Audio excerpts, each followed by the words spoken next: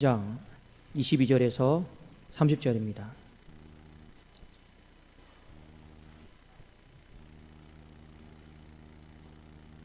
누가복음 13장 22절에서 30절입니다.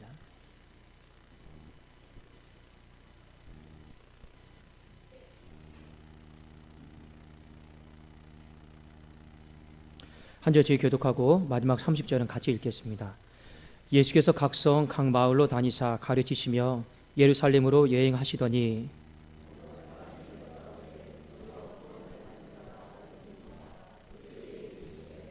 좁은 문으로 들어가기를 힘쓰라. 내가 너희에게 이르노니 들어가기를 구하여도 못하는 자가 많으리라.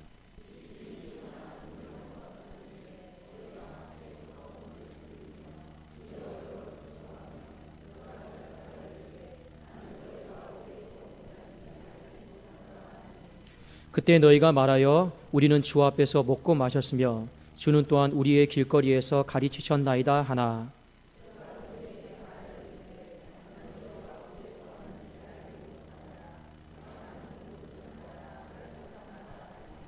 너희가 아브라함과 이삭과 야곱과 모든 선지자는 하나님 나라에 있고 오직 너희는 밖에 쫓겨난 것을 볼 때 거기서 슬피 울며 이를 갈리라.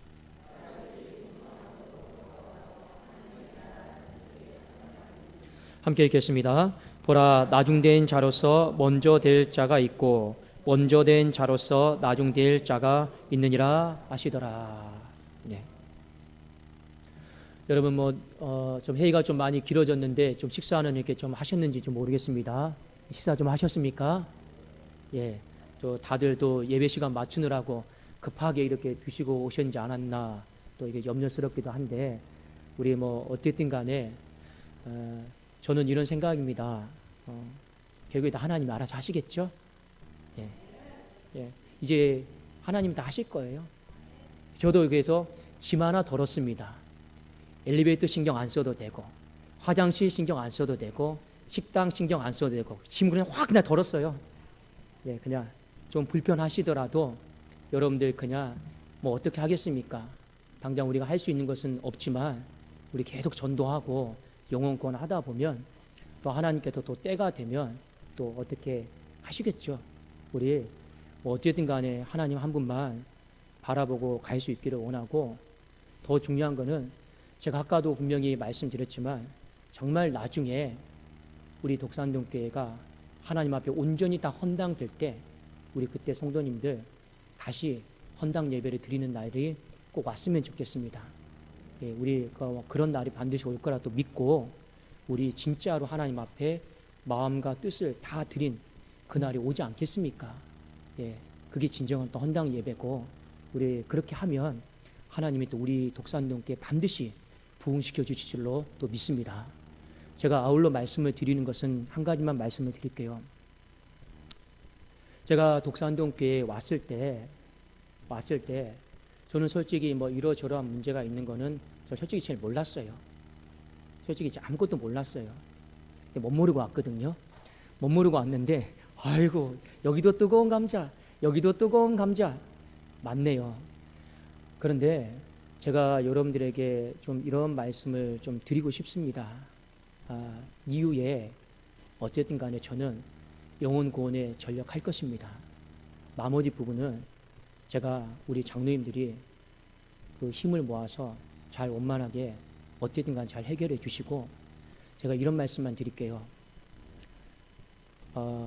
어떻게 보면 우리 교회 당회원 중에서 수석 장로님이 김현택 장로님이십니다. 여러분 김현택 장로님 성격 잘 아시죠? 예. 근데 김현택 장로님이 1월달인가 2월달에 저에게 하신 말씀이 있어요. 그 깐깐하신 분이 뭐라고 말씀하셨느냐? 목사님, 거짓말하는 거 아니에요? 강단에서 거짓말하면 하나님한테 벌 받죠? 예. 목사님, 죄송합니다. 장로님 갑자기 뭐가 죄송합니까? 목사님이 여기 오시기 전에 해결을 했어야 될 문제인데 그거 해결을 못해서 목사님 목회하는데 장로들이 도움이 못 되어서 죄송합니다. 아이고 또 죄송하다 말하니까 기분은 또 좋기도 하고 또 나쁘기도 하고 그랬는데, 제가 그 말을 들으면서 마음에 눈물도 나고 아픔도 많이 있었습니다. 지나간 것은 여러분 어쩔 수는 없죠. 그런데 어떻게든 간에 앞으로 여러분 서로 좋게 만들어 가야 하지 않겠습니까? 그리고 여러분들이 이 좋게 만들어가는 그 과정 속에 여러분들이 그 힘을 또 모아주시고 하시면 제가 어차피 이 힘도 받았지만 제가 좀 더 영혼 구원에 집중하고 또 전도하고 신방하는 데만 집중할 수 있도록 여러분들이 힘을 모아주시면 제가 그거 외에는 바라는 것이 솔직히 아무것도 없습니다. 여러분, 목사가 돈에 관심 갖기 시작하고 어떤 이익에 관심 갖기 시작하고 여러분 그러면요 안 돼요. 제가 목회를 하다 보니까 성도들 한 명 한 명 생각하는 데 하고 기도하는데도 24시간이 솔직히 부족해요. 솔직히 그렇더라고요. 그러니까 거기에 모든 걸 다 쏟아도요 하나님 보시기에 그 기준이 흡족할까 말까 참 두려운 경우도 많이 있더라고요. 그래도 어찌든 간에 여러분이 어찌든 간에 하나님이 저를 세우셨잖아요. 제가 정말 영혼 구원하고 교회를 부흥시키고 하는데 여러분 힘을 모아주셔야 돼요. 제가 그거 외에는 여러분들에게 아무것도 바라는 것이 없습니다. 그것만 여러분들에게 말씀드리고 오늘 좁은 문으로 들어가기를 힘쓰라 이 말씀을 가지고 우리 함께 은혜를 나누고자 합니다. 자, 예수님께서 오늘 여행을 하세요. 여행을 하시는데 어디로 여행을 하시느냐? 예루살렘으로 여행을 하십니다. 성경에 예수님이 예루살렘으로 여행을 하시겠다 말씀하셨을 때는 분명히 목적이 있습니다. 자, 우리 한번 누가복음 13장 22절을 한번 같이 한번 다시 한번 볼까요? 자, 22절입니다. 시작. 예수께서 각 성, 각 마을로 다니사 가르치시며 예루살렘으로 여행하시더니 예수님이 왜 예루살렘으로 여행하셨을까? 이유가 있습니다. 누가복음 13장 33절에 보면 그 목적에 대해서 나와 있습니다. 그러나 오늘과 내일과 모레는 내가 갈 길을 가야 하리니 이 갈 길이 여러분 예루살렘 여행길이에요. 그 최종 목적지가 여러분 뭡니까? 선지자가 예루살렘 밖에서는 죽는 법이 없느니라. 그러니까 예수님이 지금 예루살렘에 십자가 지러 가시는 거예요. 그게 예수님의 갈 길입니다. 이때 어떤 한 유대인이 나와서 예수님에게 질문을 합니다. 그 질문의 내용이 바로 24절인데 같이 한번 우리 읽어봅시다. 24절입니다. 시작.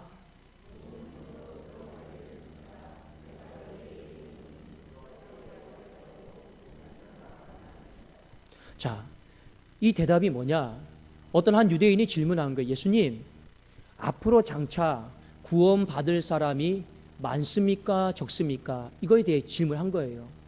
그때 예수님이 뭐라 말씀하셨냐? 많다, 적다 이런 말을 하지 않으시고 좁은 문으로 들어가기를 힘쓰라. 그리고 너희에게 다시 한번 말하는데 구하여도 들어가기를 구하여도 못하는 자가 많을 거다. 이렇게 말씀을 하신 거예요. 구원받는 사람이 많습니까? 적습니까? 이 질문은 당시 유대인들에게 흔한 질문이었습니다. 근데 유대인들은 적을 거라 생각했어요. 왜 그러냐? 유대인들은 선민 사상을 갖고 있어요. 유대인의 어떤 수와 그 당시 유대인 외의 인구수를 비교해 봤을 때 유대인의 숫자가 훨씬 적어요. 그러니까 이미 그들의 마음속에는 구원받을 사람이 적죠? 하고 예수님에게 이렇게 질문을 한 겁니다. 근데 예수님이 뭐라 말씀하셨습니까? 내가 알려줄게. 지금 현재 너희가 좁은 문으로 들어가기에 힘쓰고 그리고 그 문으로 들어가기를 구하여도 못 들어가는 자가 많다.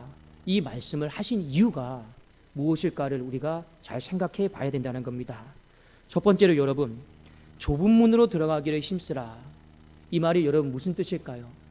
좁은 문은요, 진짜 좁은 문이 아니에요. 지금 예수님이 어디로 가고 계십니까? 예루살렘으로. 뭐하러 가고 계십니까? 십자가 지러. 그러니까 이 좁은 문은요, 십자가를 말하는 겁니다. 그리고 누가는요, 이 누가복음에서 십자가에 대해서 말을 할 때 십자가는 누가복음 9장 20절에 보면 자기 부인이다. 이렇게 분명하게 선을 딱 긋고 있습니다. 여러분, 좁은 문으로 들어가기에 힘써야 된다고 그랬어요. 이 힘쓰다라고 하는 건 여러분 악착같이 노력해야 된다는 겁니다. 어떤 의미냐? 산모가 있어요. 아이를 낳을 때 여러분 뭐라고 합니까? 힘줘 이러죠. 힘 안 주면 아이가 나옵니까? 안 나옵니까? 안 나와요. 바로 그런 힘쓰라라고 하는 말입니다. 그러니까 우리가 좁은 문으로 들어가기 위해서 대충 와서 예배드리고 대충 기도하고 이게 아니고 진짜 그 산모가 하고 여러분 힘을 쓰는 것처럼 그런 마음으로 힘쓰라라고 하는 겁니다. 우리 성도님들 예배에 그런 마음으로 힘쓸 수 있기를 주의 이름으로 축원합니다. 기도도 찬송도 우리 악기팀 바이올린도 마찬가지예요. 그런 마음으로 하고 힘쓰는 거예요. 자, 그런데 이 좁은 문은 뭐냐? 자기 부인이란 말이에요. 여러분이 생각하셔야 됩니다. 자기 부인이 뭘까? 나를 부정한다라고 하는 것이 무엇일까? 성경에 분명한 의미가 있습니다. 불교에도 자기 부인이 있어요. 그러나 나를 꼭 누르는 게 여러분 자기 부인입니까? 아니에요. 성경에서 말하는 자기 부인은요, 기준이 있어요. 여러분, 우리 신앙의 기준은 무엇입니까? 하나님의 말씀입니다. 아무리 인간의 생각이 옳고 경험이 맞다고 해도 그건 기준이 되지 못하는 거예요. 하나님 말씀이 풀은 마르고 꽃은 시드나 주의 말씀은 영원한 줄로 믿습니다. 그게 기준이에요. 자, 그러면 자기 부인은 무엇이냐? 하나님 말씀에 딱 비춰봤을 때 내 생각이 아무리 맞아도 내려놓는 거예요. 하나님 말씀에 딱 비춰봤을 때 내 감정이 아무리 옳고 맞아도 그 내려놓는 거예요. 하나님 말씀의 기준에 딱 비춰봤을 때 내 어떤 불순종의 의지가 아무리 합리적이고 맞는다 하더라도 그걸요 내려놓는 거예요. 그게 무엇입니까? 자기 부인이다라는 겁니다. 여러분, 하나님의 말씀이요 좌우에 날선 검이다 있습니다. 그 말씀이 우리의 심령을요 뚫고 들어온다 생각해 보십시오. 히브리서 4장 12절에 하나님의 말씀은 살아있고 활력이 있어 좌우에 날선 어떤 검보다도 예리하여 혼과 영과 관절과 골수를 찔러 쪼갠다고 했어요. 그만큼 여러분 하나님 말씀 앞에서 살아남을 수 있는 사람은 아무도 없다라는 겁니다. 그러니까 하나님 말씀 앞에서 자기 부인의 삶을 산다. 그러면 결국의 결론은 뭐냐? 죽는 그 순간까지 내려놓는 거예요. 다 내려놓는 거예요. 생각 내려놓고 여러분 감정 내려놓고 불순종의 의지들 다 내려놓는 거예요. 감히 여러분 하나님 말씀 앞에서 저 이렇게 살았는데요 말할 수 있는 사람이 이 세상에 한 사람이라도 있을까요? 없어요. 왜냐? 하나님은 우리가 아무리 수고하고 애써도 중심을 보십니다. 중심을 달아보세요. 너 그 마음에 딴 마음 품고 있지. 두 마음이지. 사람은 몰라도 자기 스스로도 몰라도 하나님은 다 들여다보고 계신 거예요. 그러니까요 그 하나님의 좌우의 날선 검 앞에서 살아남을 수가 없으니까 전부 다 하나님을 만나고 신앙생활을 하면 할수록 우리는 어떻게 합니까? 천부여 의지없어서 후손 들고 옵니다. 누가복음에 보면 그 갈릴리 바닷가에서 여러분 베드로가 예수님 만났을 때 뭐라고 말합니까? 밤이 새도록 그물을 던졌지만 잡은 것이 없는데 말씀에 의지하여 그물을 내리고 나서 어떤 일이 벌어집니까?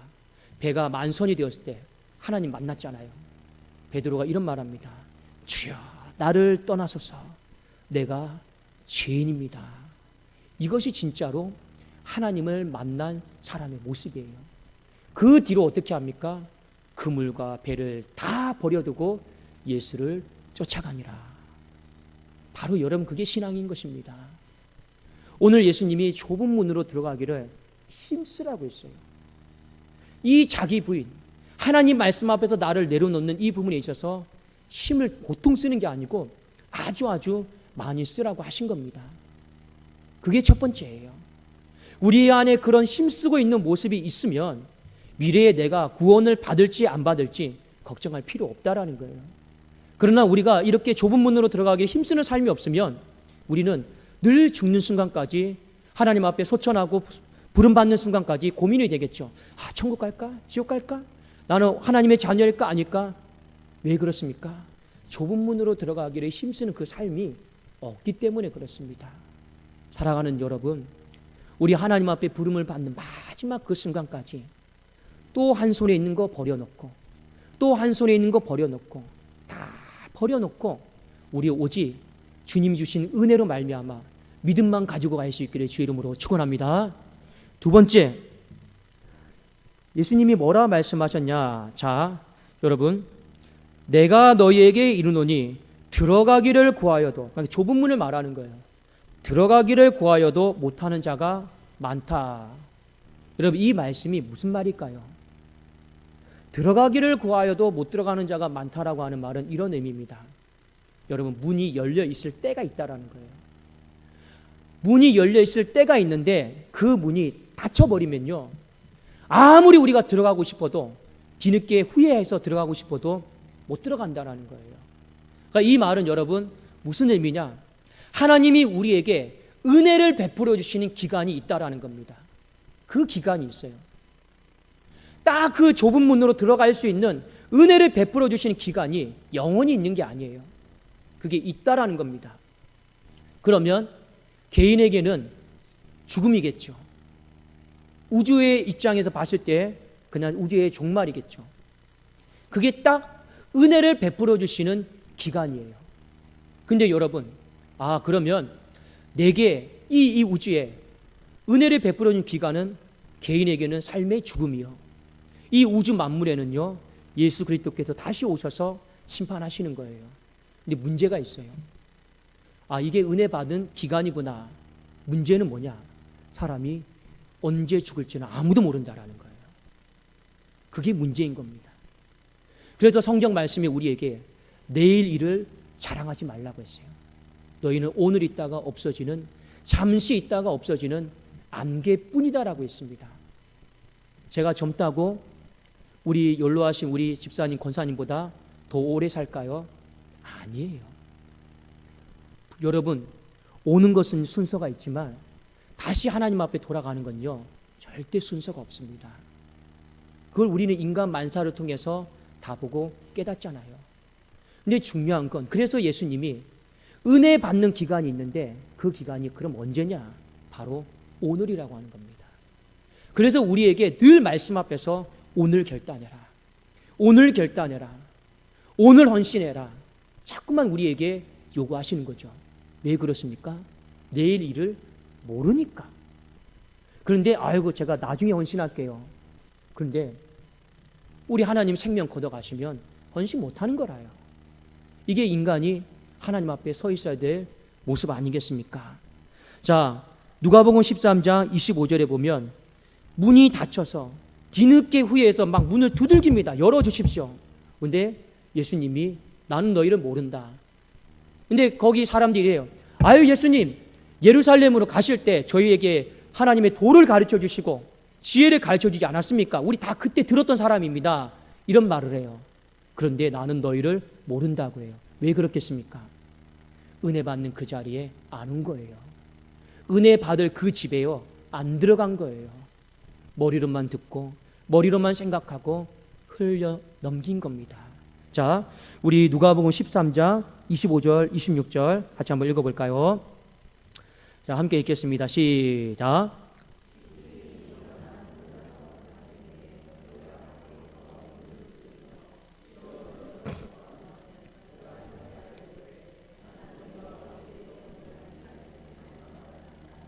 그때 너희가 말하되 우리는 주 앞에서 먹고 마셨으며 주는 또한 우리를 길거리에서 가르치셨나이다 하나. 배움은 받았습니다. 주님이 무엇을 원하는지는 알았습니다. 그러나 거기에 맞는 행함의 삶의 결단은 하나도 없었다라는 거죠.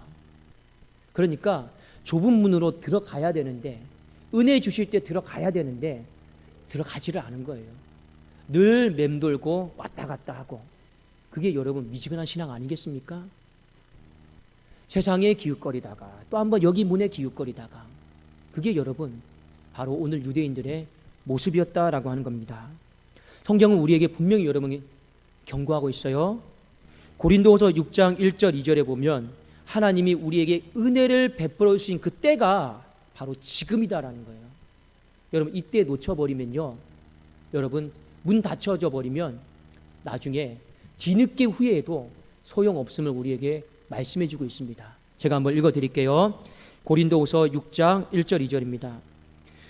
우리가 하나님과 함께 일하는 자로서 너희를 권하노니 하나님의 은혜를 헛되이 받지 마라.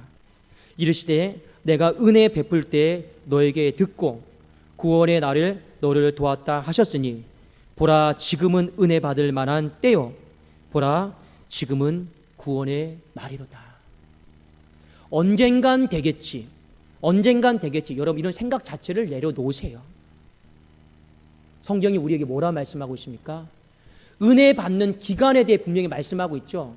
그런데 사도 바울이 뭐라고 이야기하고 있습니까? 보라 지금이 은혜 받을 만한 때고 지금이 구원의 날이로다. 사도 바울도 하나님이 우리에게 은혜를 많이 베풀어 주신 기간을 알아요. 그런데 지금이 은혜 받을 만한 때고 지금이 구원의 날이다. 분명하게 우리에게 이 현재 오늘이라고 하는 시간에 우리가 어떻게 살아야 될 것인가 분명하게 말씀해 주고 있다라고 하는 것입니다. 여러분 나중에 헌신하겠다고요? 나중에 하나님 앞에 드려지겠다고요? 나중에 여러분 좀 더 상황이 나아지면 경제가 나아지면 집안 형편이 나아지면 그때 약속한 거 드리겠다고요? 아니에요. 시론 땅에 여러분 가부를 보세요. 집에 먹을 것이 하나도 없었어요. 기름 한 방울, 떡 하나. 엘리야가 와서 이랬죠. 떡과 이 기름 좀 달라. 근데 이 가부가요, 그거 먹고 그날 그 자녀와 죽으려고 했단 말이에요. 그런데 여러분 뭘 요구합니까? 헌신을 요구하죠. 하나님의 사람에게 드리는 걸 요구하죠. 그런데 이 가부가 여러분 어떻게 합니까?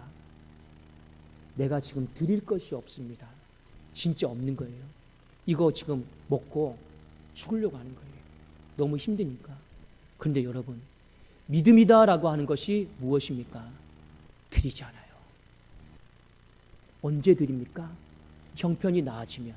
아니에요. 상황이 좋아지면? 아니에요. 하나님이 말씀하셨을 때 그때 여러분 드리는 거예요. 근데 드렸을 때 여러분 어떤 일이 벌어졌습니까? 하나님이 그 가부의 드림을 보고요, 가뭄과 기근이 마칠 때까지 여러분 그 기름병과 이 떡반죽이 마르지 아니하게 하신 줄로 믿습니다. 그게 바로 부흥이에요. 하나님이 부흥의 물꼬를 터주시는 원리입니다. 여러분 맞지 않습니까? 중요한 게 바로 그겁니다. 하나님이 우리에게 은혜 받을 기간을 주셨어요.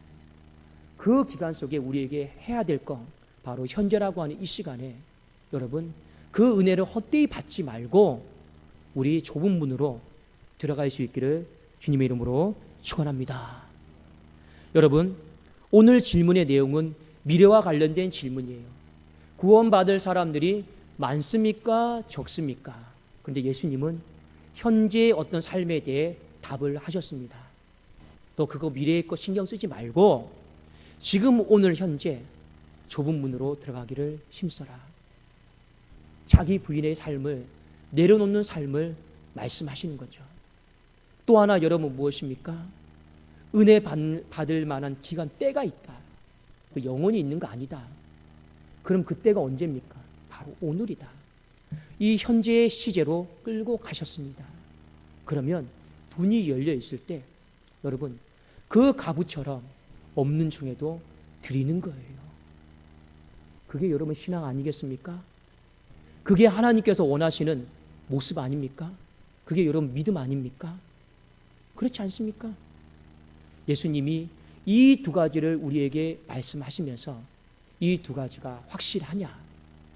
그러면 미래의 구원을 많이 받을지 적게 받을지 그것은 너희가 전혀 관여할 바가 아니다.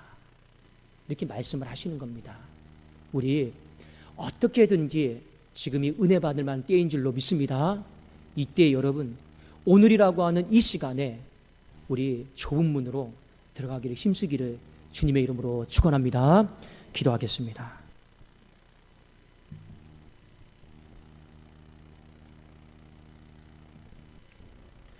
살아계신 하나님 아버지 감사합니다. 보라 지금은 구원의 날이요 보라 지금은 은혜 받을 만한 때라. 하나님, 오늘이라고 하는 시간을 우리에게 주셨는데 우리가 하나님 앞에 언제 부름을 받을지 솔직히 아무도 모릅니다. 하나님 눈밖에 벗어나는 삶을 살지 않게 하시고 하나님 말씀 붙들면서 또 내 자신을 돌아보고 또 내 자신을 돌아보면서 하나님 앞에 십자가 바라보면서 나를 내려놓는 삶을 살게 하여 주시옵소서. 하나님, 우리 독산동 교회를 붙잡아 주셔서 어찌하든지 좁은 문으로 들어가는 성도들이 많아지게 하여 주시고 십자가에 지고 나를 내려놓는 사람들이 많아짐으로 말미암아 하나님 번성케 되어지는 그 놀라운 부활의 영광과 은혜가 우리 교회에 더 충만하게 임하게 하여 주시옵소서. 우리 독산동교회 불쌍히 여겨주시고 우리 독산동교회 버리지 마시고 우리 독산동교회 하나님 다시 오시는 그날까지 날마다 영혼 구원하며 힘쓰게 하여 주시옵소서. 예수 그리스도의 이름으로 기도드리옵나이다. 아멘.